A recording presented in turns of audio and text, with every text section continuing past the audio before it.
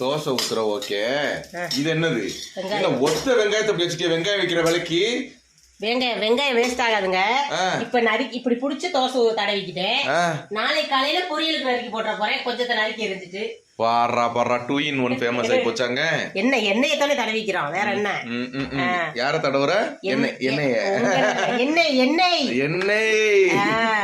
அது இந்த மலைக்கு உறைஞ்சு போச்ச எண்ணெய். இதை எப்படித்தான் நீ எண்ணெய் இதுல இருந்து எடுக்க போறோமோ தெரியல. போங்க தெரியல. பெரிய கம்பி நீளமா சூடு ஏத்திக்கிட்டு உள்ள விட போறேன். அல்ல இது என்ன இப்ப வருமா வராதா தெரியாம தோசை இந்த சுட்டு வச்சிருக்கேன் பாருங்க. என்ன நீங்க அட சுட்டு வச்சிட்டியா?